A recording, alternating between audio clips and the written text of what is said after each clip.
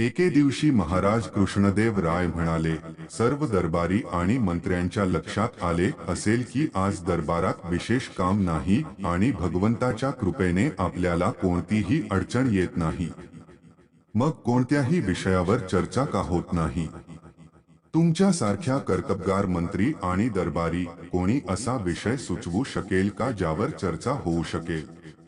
तेव्हा तेनालीराम म्हणाले, महाराजा, तुम्हीच निर्णय घेतला तर बरे होईल.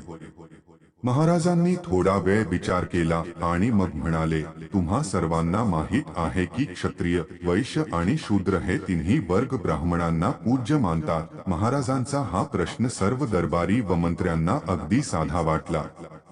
महाराज, यात अडचण काय आहे? ब्राह्मण गायीला पवित्र मानतात. कामधेनूचे प्रतीक असलेली गाय, एका मंत्र्याने उत्तर दिले. कोर्टात उपस्थित प्रत्येक जण त्याच्याशी सहमत होता. तेव्हा महाराज म्हणाले, तेनालीराम, तूही या उत्तराने समाधानी आहेस की तुझे काही वेगळे मत आहे? तेनालीराम हात जोडून नम्रपणे म्हणाला, महाराज, गाय ही प्रत्येकाला पवित्र मानली जाते, मग तो माणूस असो वा देवता. आणि यावर विश्वास ठेवणारा मी एकटा नाही. आमच्या विद्वानांचेही असेच मत आहे.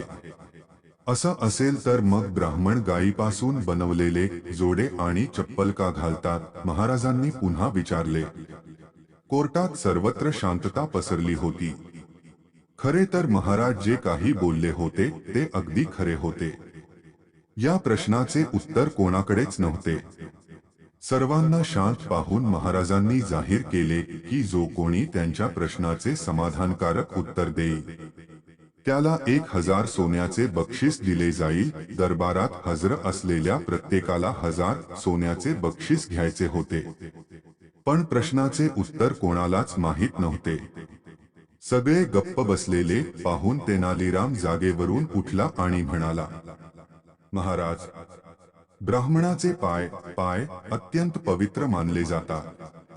तीर्थक्षेत्राच्या प्रवासासारखे पवित्र. म्हणून गायीच्या चामड्याचे जोडे आणि चप्पल धारण केल्याने गायींना मोक्ष प्राप्त होतो. कोणत्याही परिस्थितीत चुकीचे आहे. महाराज म्हणाले, गायीच्या चामड्याचे जोडे आणि चप्पल घालणे न्याय मानले जाऊ शकत नाही, मग तो परिधान करणारा ब्राह्मण असो वा इतर कोणत्याही वर्गातील. पण मला आनंद आहे की तेनालीरामने उत्तर देण्याची हिंमत दाखवली. त्याचे हुशार उत्तर त्याला 1000 सोन्याची नाणी मिळविण्यासाठी पुरेसे होते.